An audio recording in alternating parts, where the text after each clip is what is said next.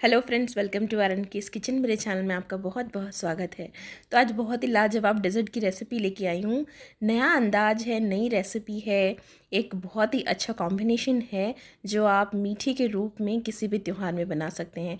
तो कैसे से बनाना, चलिए शुरू करते हैं रेसिपी को। तो यहाँ मैंने पतली वाली सेवइयों का इस्तेमाल किया है। आप देख सकते हैं सिकी हुई ऑलरेडी रोस्टेड सेवइयाँ हैं। तो इस तरह से मैं इसको थोड़ा सा टुकड़ों में काट लूँगी। इस तरह से हाथों से हम लोग इसको दबा लेंगे, क्रश कर लेंगे। अब एक कढ़ाई में डालूँगी 2 चम्मच देसी घी, और इस देसी घी में हमें थोड़ी देर सेवइयों को भुनना है। ऑलरेडी रोस्टेड हैं, लेकिन फिर भी हम देसी घी में से थोड़ी देर के लिए भुनेंगे। तकरीबन 5 से 7 मिनट सिर्फ इसको भुनना है। ये बहुत ही नया तरीके का एक डेज़र्ट है जिसे आप कभी भी बना सकते हैं, और ठंडा सर्व करें या गर्म सर्व करें, ये आपके ऊपर टोटली है। आप किसी भी तरह इसको सर्व कर सकते हैं, लेकिन दोनों ही फॉर्म में ये बहुत ही टेस्टी लगेगा। तो एक बार इस डेज़र्ट को ज़रूर ट्राई करिएगा।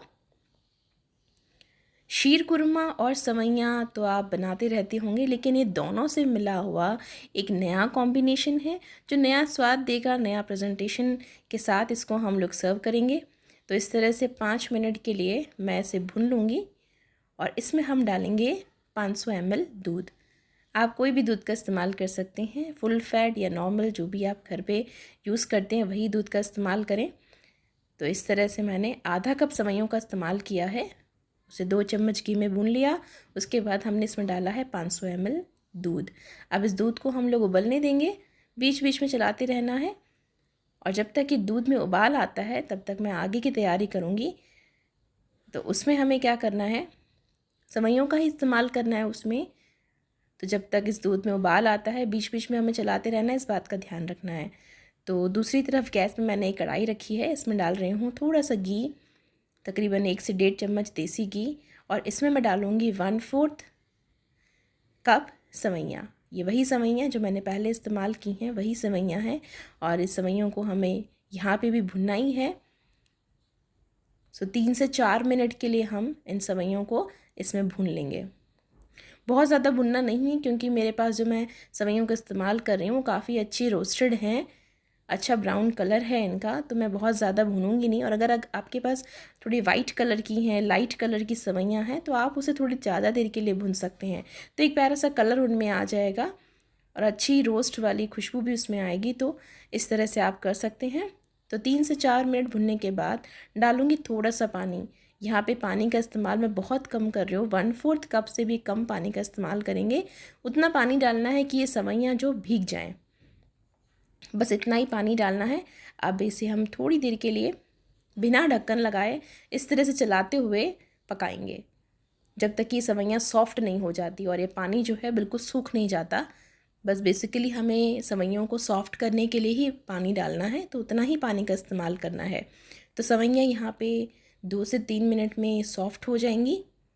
अब देखिए, बहुत ही जल्दी बनने वाला डेज़र्ट है ये। तो देखिए, सेवइयाँ बिल्कुल सॉफ्ट हो गई हैं। अब मैं इसमें इस्तेमाल कर रही हूँ कंडेंस मिल्क, मिल्क मेड या कंडेंस मिल्क, इसका इस्तेमाल करेंगे। तो 1/4 कप मैं इसमें डालूँगी कंडेंस मिल्क। अगर आपके पास कंडेंस मिल्क नहीं है तो आप इस जगह पे क्रीम का भी इस्तेमाल कर सकते हैं। आप चाहें तो घर की फ्रेश मलाई का भी इस्तेमाल कर सकते हैं, लेकिन कंडेंस मिल्क मीठा होता है, इसलिए मैंने इसमें शक्कर नहीं डाली है। इसमें मिठास की ज़रूरत नहीं है कंडेंस मिल्क डालने के बाद।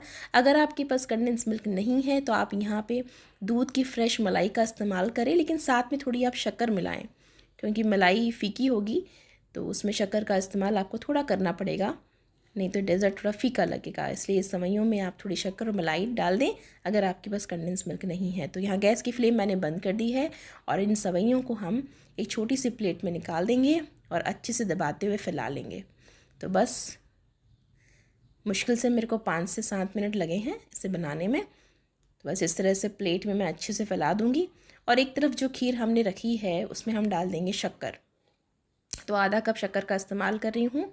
आप अपने टेस्ट के अकॉर्डिंग मीठा कम ज़्यादा कर सकते हैं, और सेवइयों की खीर जो है वो मीठी अच्छी लगती है, तो मैंने आधा कप शक्कर का इस्तेमाल किया है। अभी आप देख सकते हैं दूध अच्छे से उबल गया है, और सेवइयाँ अच्छे से गल चुकी हैं, पक गई हैं।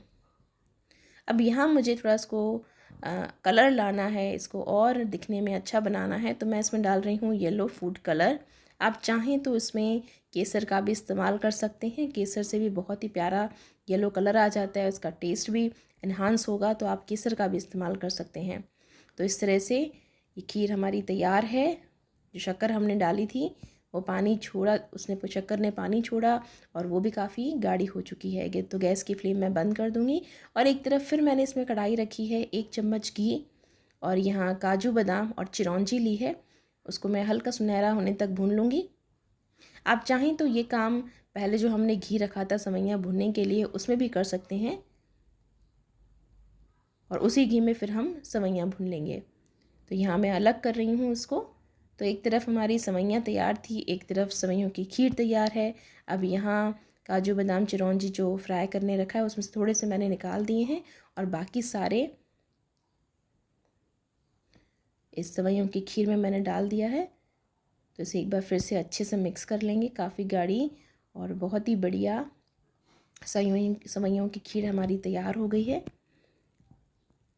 अब इसे सर्व करने का तरीका क्या है, अब मैं आपको बताती हूँ। देखिए मैंने एक तरफ आम लिए हैं, आम के बिल्कुल छोटे छोटे पीस कर लिए हैं और ये सेवइयाँ जो मैंने प्लेट में जमाई थी उसके मैंने ऐसे स्क्वायर पीसे में इसको काट लिया है।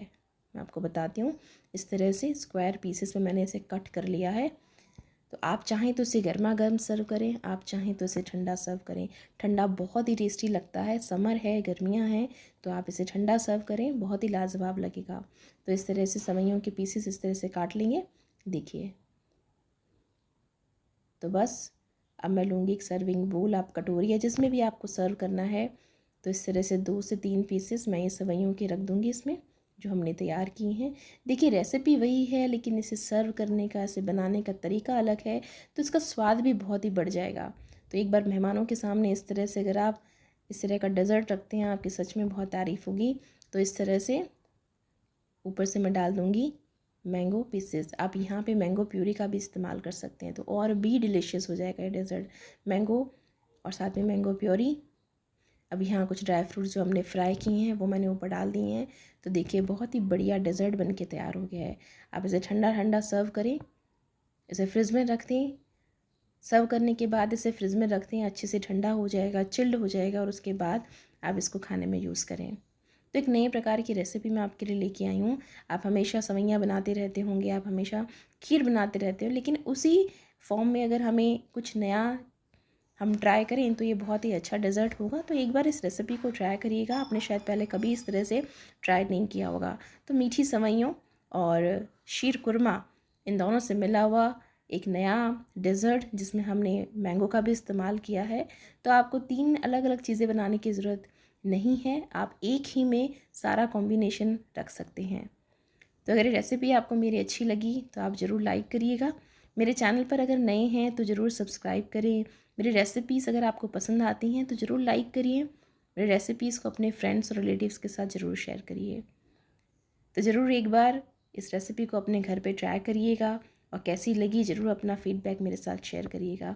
तो इस तरह की नई नई रेसिपीज़ लेकर मैं आपके साथ आती रहूँगी।